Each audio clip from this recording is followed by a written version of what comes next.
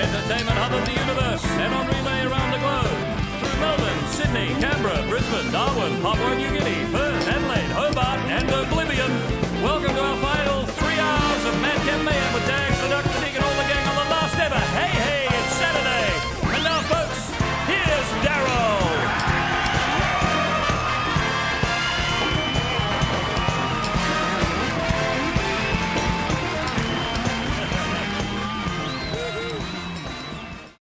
Daryl Summers, welcome to the couch. So you killed the opening gag. I thought if you didn't notice that I'd slipped out, I would have been over there with an empty chair. You're still doing comedy. Attempting. Welcome It's been a while though, it's been 4.5 years. It has been a long time, and we were talking off air before about what you've been doing in between. But I think the people at home would like to know something behind Daryl Summers. Tell me the story of how you... Curtains. Well, lovely curtains too, can I just say? They go well with the And blue. ever since I lost my lower leg.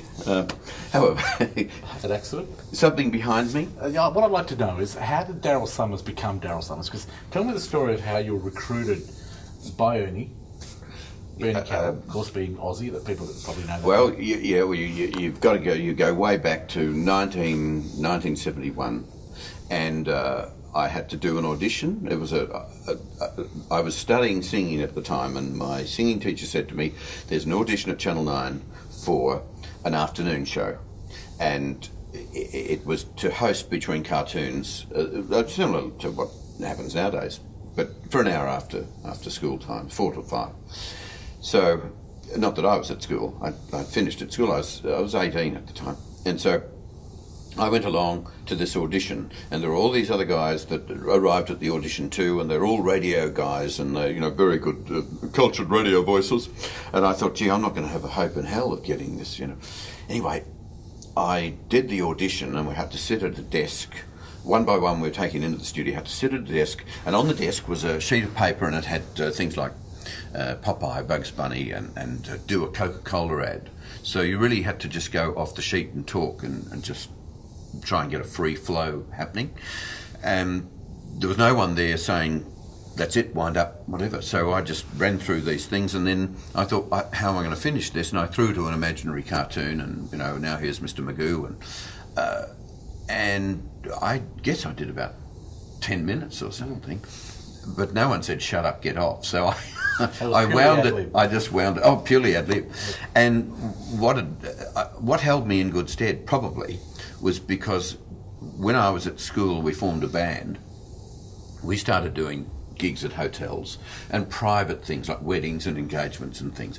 And I was elected by the other band members to be the MC on those occasions that we had to do the MC of a wedding. Say I'd like the bridal couple now get up and do the bridal waltz, and then then they're followed by the parents of the bride and all the the etiquette as you go.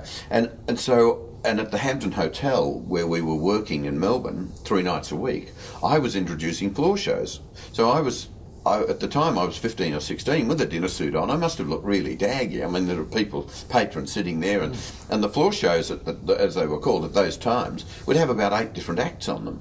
So I'd be, introing and then I'd run back, sit behind the drums and start playing. You see, for whatever the act was. So I had at least developed some sense of ad lib. And when it came to the crunch, that's what was needed for this audition. Sure. So all the guys who could, say available, Myers and McEwen's and all stores were sort of fine, great voices, but they weren't given, they didn't have whatever that they were looking for, that no one were looking for. And Ernie Carroll, who was Aussie Ostrich, did the audition. And 3 weeks later I found that I'd got the gig.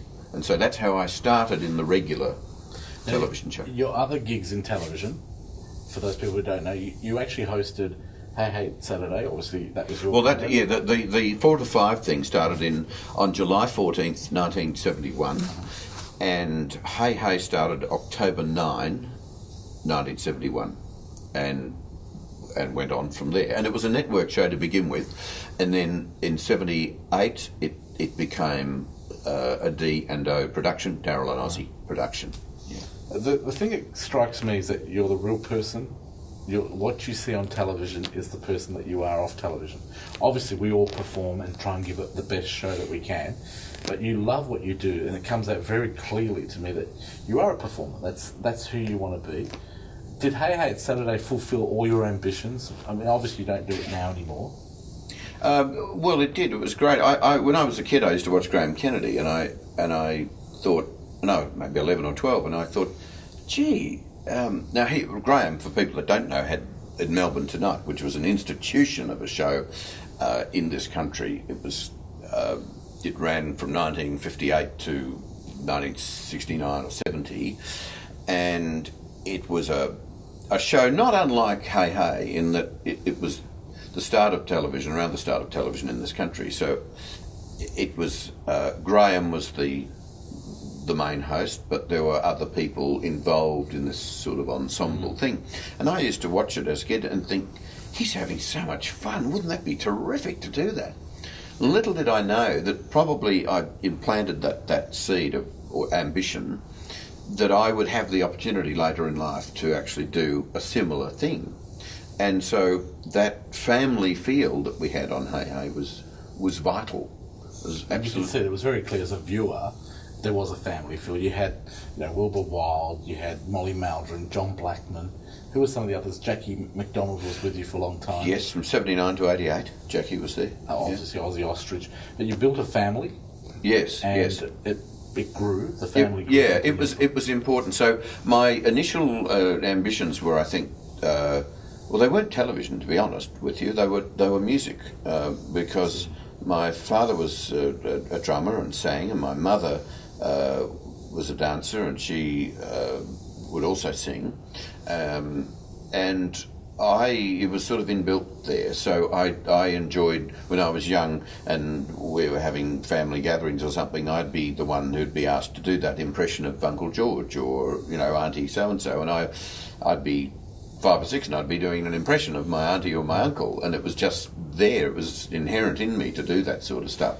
Talking about your music, I think I'm probably one of the few people who bought your single that came out. Do you remember the single? Thanks, Fred. Did you want it back? What's Forever For was the name of the single. Yes, I bought the single, the first single you came out with. Then you did another one as well. You released a couple, I think. There was a few. No, just the one. The album, I can't even find the rest of the album. I did 3/4 of an album, and it's languishing somewhere. I think in the vault at Channel 9, but we've looked for it, we can't find it. I've still got your single. I spent a lot of money, my own money, on doing this thing, and sent Brian Catt around the world to find all these numbers. And he came back with all these great numbers. We started recording the thing, put the single out. What was hard at the time, and back, this is important because of the musical ambitions that I had. I got a lot from DJs saying, "But you're Daryl from television. What are you doing recording?" And I said, well, because I love music, and that's what I love. That's what I was doing before television. So, of course, I was pigeonholed. But whereas Eddie Murphy had a hit song with "Party All the Time," and in America, Americans would say, "Hey Eddie, good on you, because you act and you do comedy, and you've got a hit thing." Over here it's like, but you do television, how dare you? So it's just the way life is. So I had to accept that. And on Hey Hey I suppressed a lot of musical performance because I always felt it would be seen the wrong way if I was hosting the show, producing the show, and then I start singing on the show. They might think, well, it's a bit much, he's trying to conquer the world. Well, I guess there was that point too. So I pulled back from that. However, it was always okay if we were doing a special show and I was going to get up and do a medley with Rhonda Birchmore, or I was going to do a special opening number in a ridiculous outfit or so. Banana suit. Banana suit, yes. And that was quite acceptable. But I did everything off gut feel as far as what I didn't do on the show. And so that sort of stayed with me. So now that I finished the program at the end of 99, I find that I'm doing a little more performing here and there, and now I'm getting much more interested in fulfilling those latent sort of ambitions.